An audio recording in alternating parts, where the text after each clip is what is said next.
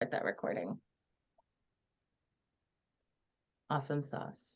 Yeah, so last time we talked about these 4 areas.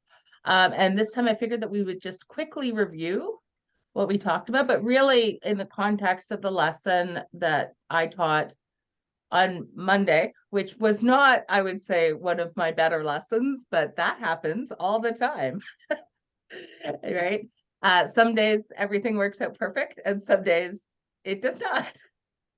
So just taking a look at the basics. Basics. So again, we talked about the 4 skills plus grammar and vocabulary. We're really focusing on speaking. That's our area of focus. We will access that speaking through doing some reading and listening, probably. I don't expect that you'll do too much writing with your students. You might ask them to write something, especially beginners. You could get them to write something to prepare for speaking the next time. If you have questions that you want them to answer, you could get them to write their responses first and then have them speak about it. But I don't think that we actually will collect much writing unless students have requested it. And so we didn't talk last time about a little bit about how language breaks down. We talked about pronunciation, right? So words break down into letters and sounds. And then words also break down into morphemes, which is cool. This is one of my favorite areas of language. And morpheme is any combination of letters or any sound that contains meaning independently. So for example, when you have the word loved, that has 2 morphemes. You have love, which means, and then you have id, which means it happened in the past. Right? And those are called morphemes. This isn't stuff, you don't have to know all about morphemes, but do be aware that when we attach things to words, that those things that we attach have meaning. Because that's some of the stuff that your students, especially at the beginner level, may have problems with. They may forget the S, they may forget the ED, that type of stuff. And it's your judgment call how much to correct that. If you're in a lesson where you're focusing on the past tense, you want to make sure that you're correcting it. But if you're in a lesson where they're just speaking, free speaking, and you can understand the meaning without problem, sometimes if you go back and correct everything, it gets very intimidating for the student, right? I mean, I've had that situation myself as a language learner where I had somebody who felt that it would be very helpful to correct every mistake that I made. And you know what it was? Not helpful. I never wanted to speak around that person. Pastor Park, have you ever had that situation happen? I think sometimes, maybe the bad teacher to other people when I try to teach something. But yeah, exactly, it's the whole I think the benefit of participating in this program, or the things we can help other students with, is that by encouraging them and also motivating them to keep on doing this. And sometimes also, as you said, Katrina, some of the students actually, want more correction on their for their English, on their English. So some would say, I wish, my tutor would really help me by correcting me more. Others may feel like, depending on certainly their personality also. So there may not be one just perfect way of helping or teaching, but sometimes how we can sometimes communicate that with students might be a key. Even when a student says that they want you to correct everything that they say, they very rarely mean that they want you to correct everything that they say. They just mean that they want you to correct more things. So there's a fine line, but we talked again last week, we talked about types of errors. Like if it's an error where you can't understand what they're saying because of that type of error, then absolutely you have to go back and correct that. And you can do that through rephrasing it. And I write it in the chat when I rephrase it so that they can see it and they can hear it. Most students will watch the chat and they'll write down what comes in on the chat. So that's one way that you can do that. And then another way that you can do it is just by stopping them and asking them, like, what are you trying to say? Do you mean this? Do you mean that? Right? There's no problem with doing that. You're trying to communicate and build understanding. And then once you figure out what they're trying to say, put the model sentences in the chat for them and get them to say it. Right? A lot of times, especially working with beginners, people will have ideas and thoughts that are bigger than the language and grammar that they have. And so you'll run into problems where they're trying to express something, but they don't have like the language, the grammar to put together that idea. And so it just ends up as like a word salad, and tossed around and just words everywhere. In that case, you can try and figure out what they're trying to say and give them the grammar. Like, you don't have to do a grammar lesson, but just give them the structure of the sentence. Give them the sentence that they want to say. So we talked about new words, because a lot of what we do is introducing new vocabulary to students, and especially vocabulary that we use in speaking. So a lot of times less formal vocabulary. But yeah, just filling in vocabulary gaps, and using Korean in the class. All the students have that language in common. You notice in my lesson, I did actually use more Korean than what I intended to. But did you notice that how the students responded? Right? It's a baseline understanding because they all have that same language. So I don't have to speak it. They'll figure out what I'm trying to say, but they can, I can use it even if I'm not speaking it by using stuff like Google Translate. And then of course, our great magic question, or magic phrase, sorry, which is, that's a great question. I'm going to write that down so I can check the answer. I'll answer it for you next class. Never feel like you have to answer a student question that you don't know the answer to. And I guarantee if you make the answer up on the spot, they will come at you with the one exception to that rule.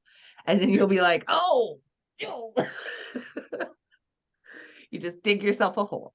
So nothing wrong with putting it off until the next class.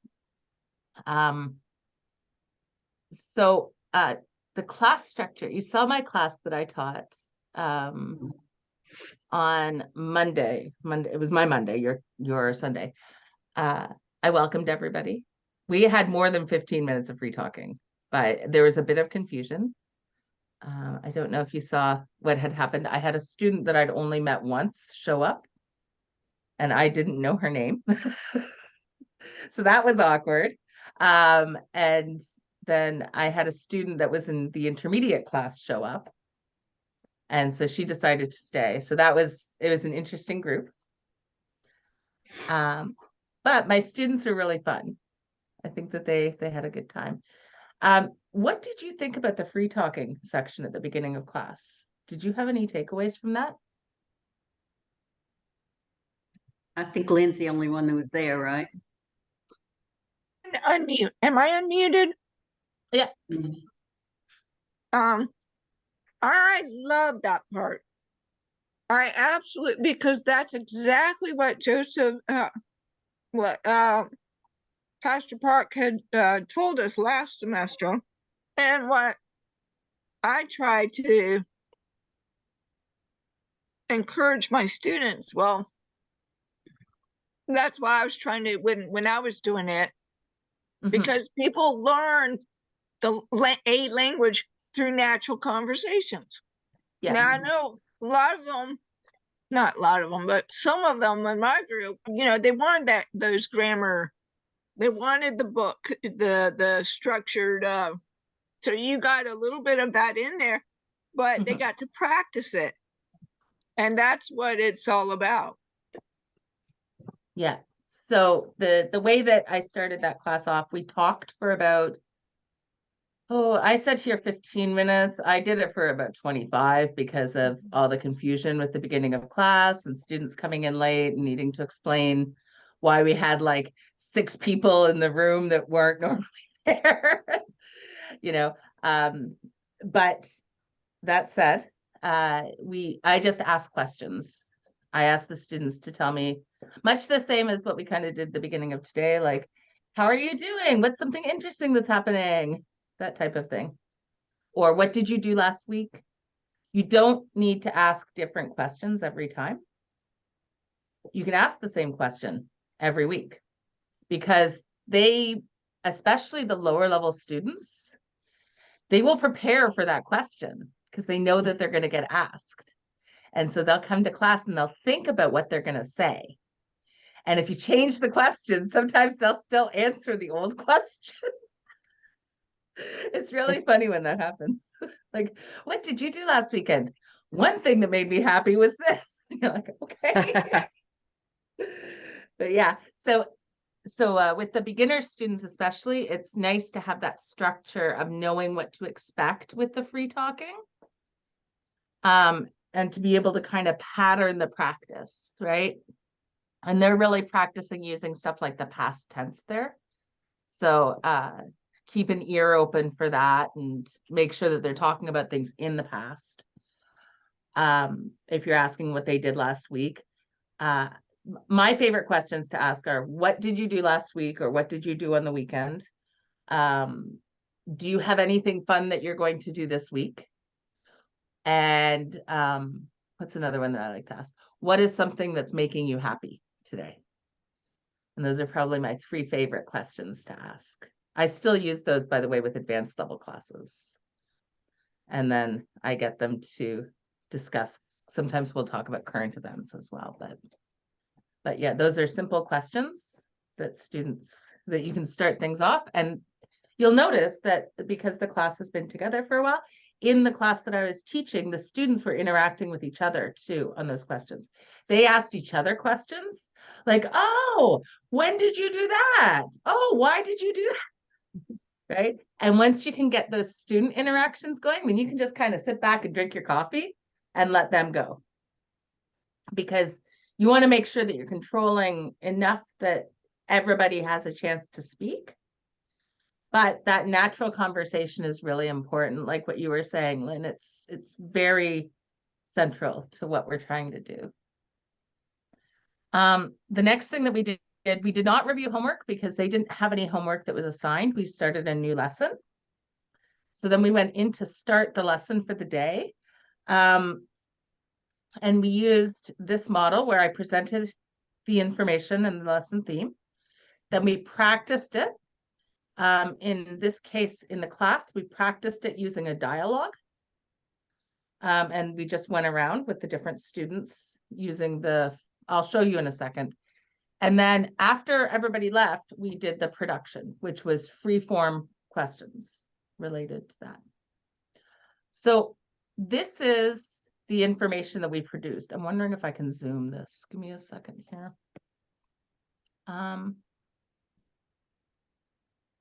No, I can't. This is the information that we hang on a second. Maybe I can do it this way. No. Okay. I know what I'll do. I'll send it in the chat. Sorry, guys.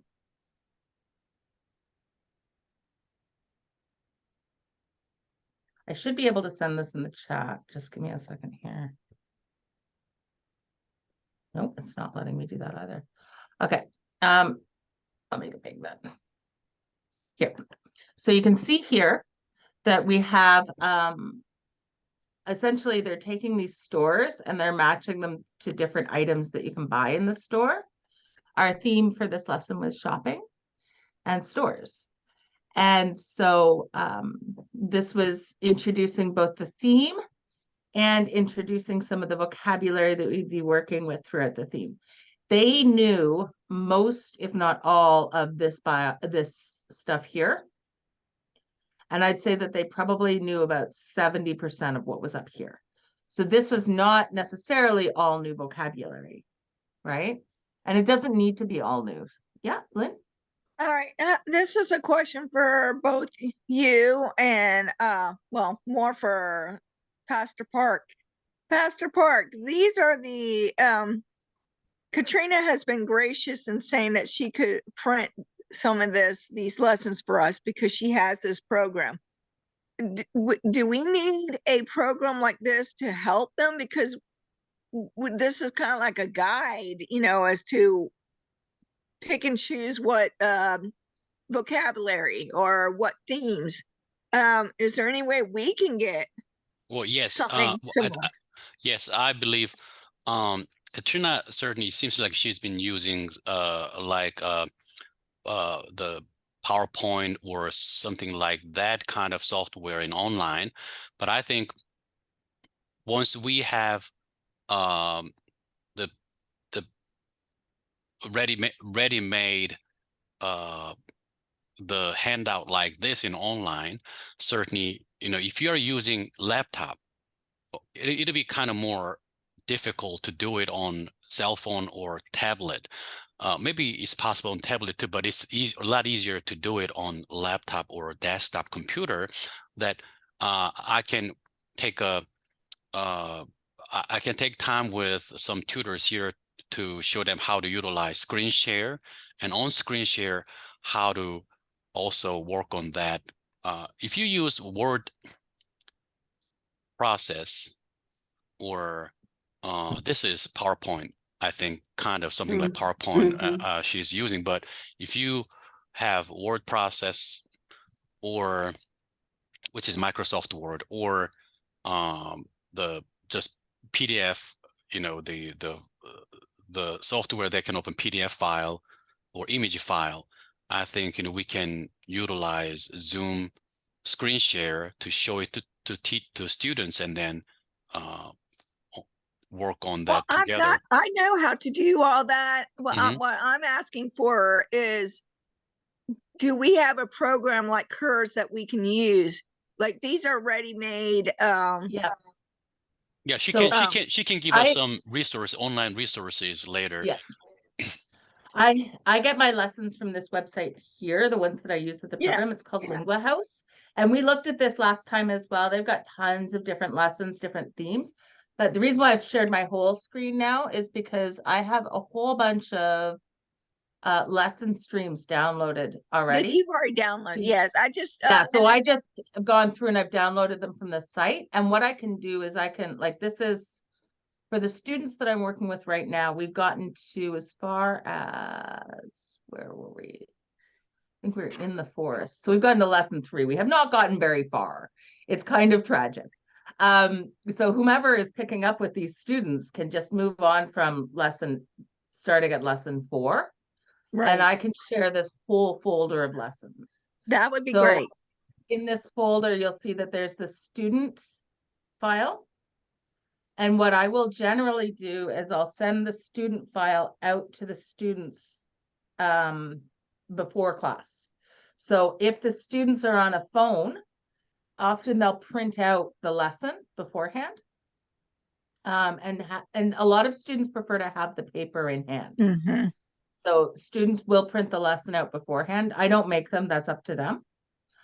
And then here's the teacher's guide to the lesson, which looks exactly like the lesson itself, except for when you go all the way to the bottom. All the way to the bottom. This is a long lesson. These lessons are usually between 30 and 45 minutes, or 30 minutes and 60 minutes. Sorry. But I take a lot longer with them usually. So one lesson will very often last me between 1 and 2 classes. Right.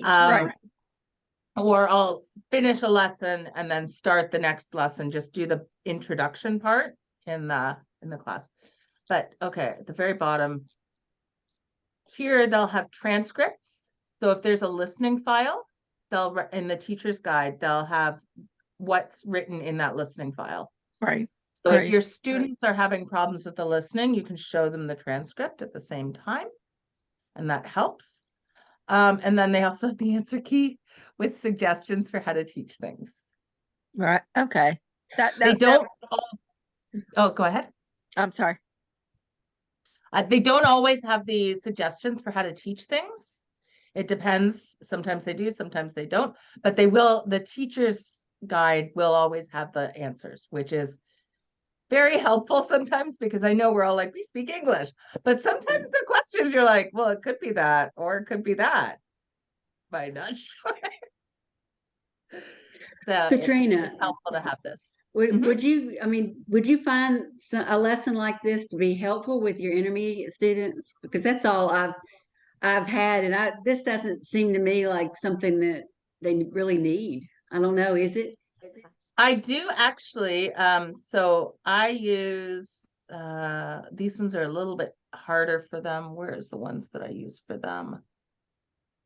I have a lot of stuff on my Well, you don't have desktop to here. show me now, but I use if in the things that you're going to send me, if you could think intermediate, I would appreciate that. Yeah. Yeah, depending on the students, we've been working through. Here's an example of a lesson that we did. Sometimes it's easy, sometimes it's not, but I did this with the intermediate students that I worked with. And these are just vocabulary lessons. So we were talking about, like, what are the official languages in these countries? And I'm supposed to know the answers? There's an answer key. There's an answer key, don't worry. You can go back and check. All right. And then talking about, like, do you know these languages? So they've got conversation prompts. And then getting into vocabulary, the vocabulary is different. I think when we were doing this unit, the words alien, that was new for some of the students. And then also pick up, meaning like understand, instead of physically picking up an object. Those two were new. And then also looking at the phrase, a rich vocabulary, was also something that they understood but wasn't in their vocabulary yet. But they did certainly know, like, things like slang and challenging, and fluency we had to talk a little bit about, because they understood it, but they didn't understand the specific meaning that well, because it gets used a lot, but not always correctly. Complicated they knew, and master they knew. So then we practiced answering the questions, using that key vocabulary. And then we listened to a conversation. And part of what this conversation did, which was really great, was it talked about, like, the meanings of words. And so things like, well, okay, when we're describing somebody, we're not going to say that she's fat. You know, oh, it's the fat one over there. Right? There's a lot of other ways that we say that in English. And for language learners, that's kind of, especially at the intermediate level, that's some of the important stuff. Because they know how to describe somebody as fat, but they might not understand how to describe overweight or chubby, or like the bigger one over there. Like, there's a lot of ways that we say that isn't that. Whereas in Korean, specifically, they're very direct. Pastor Park, you'll back me up on this. Like, they would just, I lived there for 5 years. There's no filter there. They're just like, oh, you're fat. You have a big nose. You know, call it as they see it. In English, we don't do that. So this is where the value is with this type of stuff with the intermediate students, is that you get a bit deeper into it. Right. And you can start answering questions. Like, there is no answer for some of this, but you can tell them what you'd say, you know, and how you would approach that situation. And then after that, just more vocabulary. Again, some of this was new, a lot of it wasn't, but just getting it activated and practicing it and having them fill in the blanks here. They didn't get it perfect, you know. There were some debates. Some students did better than others. And then again, just more practice exercises and lots of talking points. So this would be an example of a lesson that I did with some of the intermediate students. And then if you want to get a lot harder, we get one level up, we've got words like tentatively or sketchy. This was tough. These were all new words for the students, and the students that I worked with at these were actually quite advanced students. So this was a real challenge. So you can kind of feel at the level. If they're interested in the topic, also, they're more likely to engage with it. But that said, it's totally up to you how you want to do that too. There's no need to use a lesson like this. A lot of times what I will do is I'll do something like I'll go to BBC Learning English and let's see, vocabulary. Great. You gave us some resources that we can use. Yeah, I did some of that last year. And we will listen to this, and we'll use this as a jumping off point for both vocabulary and for conversation. And there's no comprehension questions, so I will ask them comprehension questions about it as we go too. Just to make sure that they're understanding. What is doom scrolling? Why do we do it? Oh, so good. A lot of these are really great topics to talk about. This is all intermediate though. And then the other thing when you're using the BBC website, which is updated very regularly, and by the way, there's like a million of them. So if you run through the 2022 ones, you can go here to this link here and find the older ones, and then you can go here to find the even older ones. That's great. Thousands. Yeah. That's and with these, like for example, looking at this one here, they'll have typically 6 to 8 vocabulary words per lesson. Some of them can be a little bit British English. So my students didn't understand the British English classes that I gave them last year. They much preferred the American ones. Yeah, it depends on the group that you have as to how they deal with the accents. It is important that the students have exposure to different accents because they're not just going to be running into American speakers. Although in the Philippines, students who are in the Philippines will be mostly running into American speakers. Students who are located in other places, especially in those who are in the Middle East or in Africa, may also run into British educated people. And a lot of the schools will use British English even if they have a teacher that has an American accent. So it's very strange. Like I taught for several years at the British Council when I was in Riyadh, and I taught British English, even though I speak Canadian English. So it's it's English is a beast. Anybody trying to learn it. Pastor Park, does the learning ever stop? Oh, he's become Southern. He said y'all. Ah! They got you. Yeah, so these are just a few examples. If you're looking for something more American, there's Voice of America. Okay. And that is here. I'll send you the links for all of these, but Perfect. VOA has apparently other languages, but they have beginner and intermediate level stuff. Oh, I love it. I love it. Advanced. And these are all free, right? Yes. That's perfect. Yes. The one thing with the BBC Learning English, they tend to update more often and their topics tend to be a bit like lighter. So you don't have to go search as hard. You can just pick something up.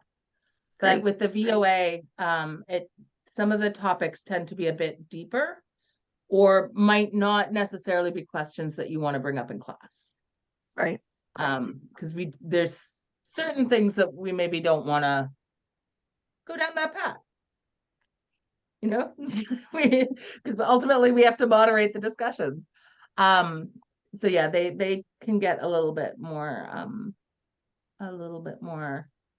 what I'm looking for, deep into stuff, I guess. But yeah, so those are great resources. I'll send you all of these links so that you have them to look at them. Wonderful. Wonderful. And then, yeah, so let's just, let's head back to the lesson that I taught, that lovely, lovely lesson that, I thought it was great. it was off the rails as far as like, you know, when there's a certain expectation that you have of yourself when you're doing something. Right. And I'm like, this is not meeting the expectation. I wish I'd asked them to come to the intermediate class because that class was on point. Right. This class was off the rails. It happens though. I mean, that's the thing. And I don't think that the students were any worse off for it. We got distracted by lots of different things and had lots of different conversations. It was good.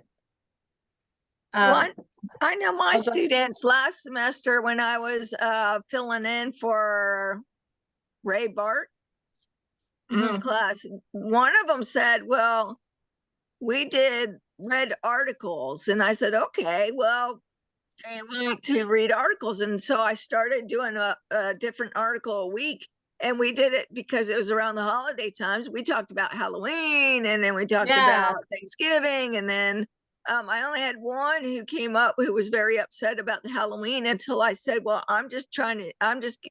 we're just reading the article. We're not talking about beliefs. And, you know, I agree wholly with you, totally with you about, you know, the Christian faith and everything. This is just to give you information. And I said, you know, you don't have to participate. You can just listen, you know, while we read it. And also now know where she's reading it and she's going through it and she's all happy about it. So that was another way that they seem to like.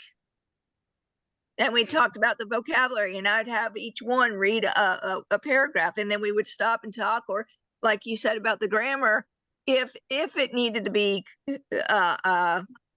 corrected, then I would rephrase it, or we talked about it and then we moved on. But those are great conversation starters. Absolutely. Yeah, anything that you can do to get that conversation going, and then just reinforcing, try to have them have some vocabulary that they're walking away with. Also give them homework. Like, so you were mentioning the articles. Were you finding the articles or were the students finding the articles? I found the articles. Next time you can get the students to find the articles. Depending on the level of your class, outsource the work. Very often when I do listenings, I will outsource the listenings. If I'm using BBC Learning English, I'll get the students to choose one, you know? Great. And, or in the past, I've had students where the assignment has been that they have to go and listen and then tell us about what they listened to and give us a couple of key vocabulary words from that. Right? Outsource the work. Okay. It's a co-constructed class environment. I like that. So the next thing in the lesson plan that we did, was we looked at getting some practice here with types of quantities, and then coming back to the stores. So they did a matching exercise where it's like a pair of eyeglasses or contact lenses, a can of, was it Coca-Cola or beer? Yeah. Right. And then in the pairs, so because we didn't do breakout rooms, I think I wouldn't have done breakout rooms with that class anyways, but we didn't do breakout rooms. So I just had them go around with each other. And so one student was A, one student was B, and they would follow this. Where can I buy a carton of milk? You can buy it in let me go back to here, buy it in a convenience store. And we were using the vocabulary from the previous exercise for that, right? So this was our structured practice because they had all the sentence framing except for the vocabulary that they needed to fill in. Does that make sense? So usually you start out with, you introduce the topic, you give them a bit of structured practice, and then This is the part that you guys didn't see because you left beforehand, but then we discuss stuff that brings up those same that same vocabulary. I didn't use these specific questions. I made up my own questions because of where we stopped in the lesson. But just getting the students to talk about and use the vocabulary that you're trying to do in a way where you're asking open-ended questions. So some of the questions that I was asking the students, actually, I think I was asking this a bit earlier in the lesson, were things like, how are convenience stores in the Middle East, where one of our students was, different from in Korea? In Korea and Japan, convenience stores are like the best thing ever. They're so fantastic. They're seriously, I can't even explain. So different from the US and Canada and the Middle East. In the Middle East, they don't really have convenience stores. So, well, at least in UAE and Saudi Arabia, they didn't. But yeah, so open-ended stuff, getting the students to use the language. And then, halas, we're done. So that would be how this lesson worked. It was how I generally try to structure my lessons. And timing wise, if we got to the end of this lesson, like halfway through our time together, I would probably start another lesson or maybe do a bit of free talking. But I'd probably do some exercises from like the first exercise or two from another lesson and then give them homework, because the students want homework and they need homework and they will do their homework. So give them homework. In addition, though, to sending the lesson in advance, I also send, if there's a listening file, I will also send the listening file in advance. So if they want to listen in advance, they can, especially for beginners. Okay. Because for beginners, you'll probably have to play the listening like 3 times. Check in with them. Play it twice, because there's always going to be somebody in the room that didn't get it the first time. And then ask them, do you want to hear it again? And just ask them for a thumbs up. They don't have to say yes or no, just like thumbs up, thumbs down. Because some students won't want to say that they want to hear it again, but if you watch the screen closely, you'll see like this little thumb up and then it'll disappear. They don't want to be the one that says it, but they'll be like.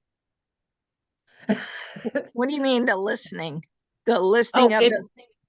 Yeah, if you're doing a listening exercise and you're playing an audio file, then send that in advance and then play it at least 2 times. Okay. And check in with your students to see if they want it a 3rd time. Depending on the students and depending on the listening exercise, they may be like very vocal about it, but sometimes they might just be like, yes. Yeah. And about the ways to share the handout or curriculum or the audio file, how to play it and how to play so student can listen together.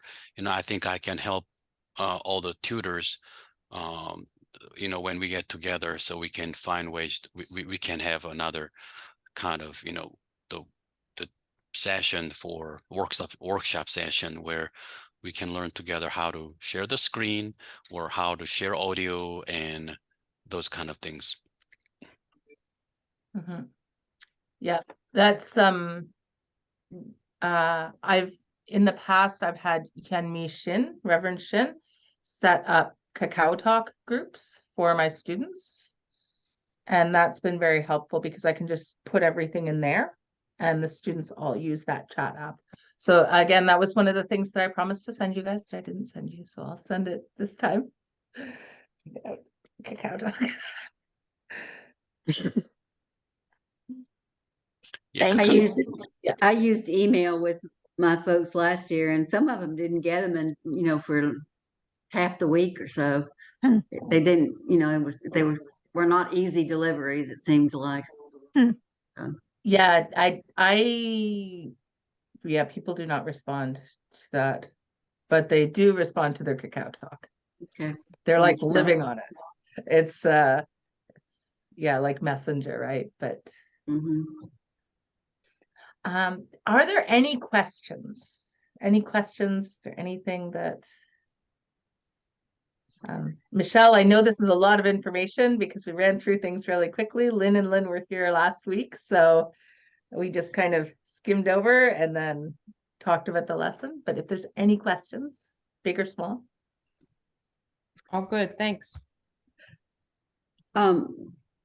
Last year, it became really obvious to me that my students were most interested in being able to understand native speakers speaking to each other. They would have very few of them could watch television even with subtitles, even though their vocabularies were excellent. You know, I've done quite a bit of research trying to come up with ways to deal with that, and I think I have come up with some. But I mean, the biggest thing is that we don't enunciate. You know, we drop parts of words all the time when we're talking to each other. It's totally different from how it would sound if we read the same words. You know, so I'm kind of trying to come up with some ways to deal with those things. Does that sound reasonable? Absolutely.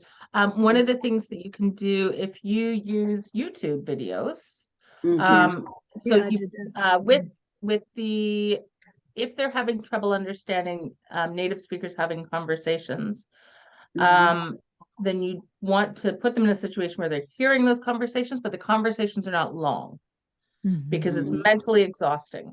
And the other thing is if you put them in a situation where they can control the speed or where you can control the speed, with YouTube videos, you can control the speed of the video. So you can knock it down to 0.75, turn on the subtitles. First time, just listen to it at 0.75, then speed it up and put the subtitles on, you know, and give them a few times. The other thing with that too is that sometimes learners will get really hung up on understanding every word, and they don't need to understand every word. So what you want to listen for is the main idea. So check with them on the conversation. Like, did you get the main idea of the conversation? So what were they talking about? What was the big idea? Or what were the two big ideas? And why were they having the conversation? So understanding the gist for purpose and the gist for meaning is big, because a lot of times you'll be surprised how often you'll get details instead of the main idea. Yeah. When you ask what the main idea is. So I think once learners can hear the main idea, once they understand the main idea, then it becomes a lot easier to contextualize the details, and they start to be able to understand what those details are a bit better.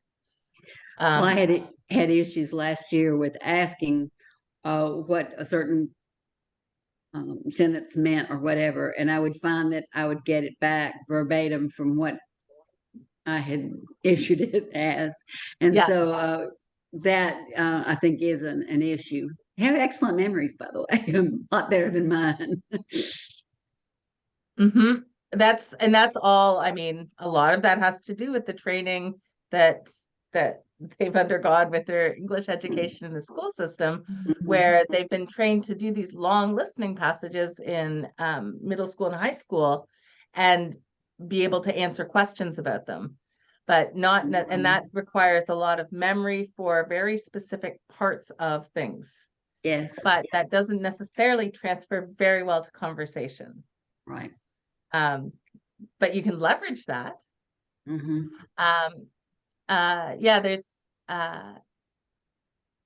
another thing that you could do if they're interested in this is just get them to practice things like note-taking, because when they do the note-taking, they have to listen and write at the same time.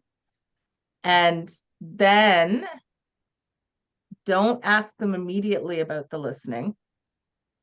but ask them the next time you see them about the listening, because then they have to rely on their notes. They can't rely on their memory. Mhm. So Good idea. then Mhm. you're exercising a little bit of that too. And when you do the note taking, that is a great way to help teach like main ideas and how things are organized when people are speaking. It's not always organized, but they should be able to like write down the main idea and a couple of details. Mhm. Yeah. Yeah. Teaching listening at the intermediate level is a challenge. Mhm. But stay short and then gradually expand as they're getting better. Always keep it a challenge. Yeah. Okay. Cool. And there's also I'll send you, there's also a website called Allo that has some good conversation dialogues on it. Oh, great. Thank How you. do you spell that? They're very short. Let's see. It is ELLLO. Okay. And I'll send that to you as well. ELLO. ELLLO. Yeah, and they have short dialogues. I've not found a lot other than the BBC stuff that really has good depth for Mhm. dialogue. So if you come across anything, let me know. Any other questions?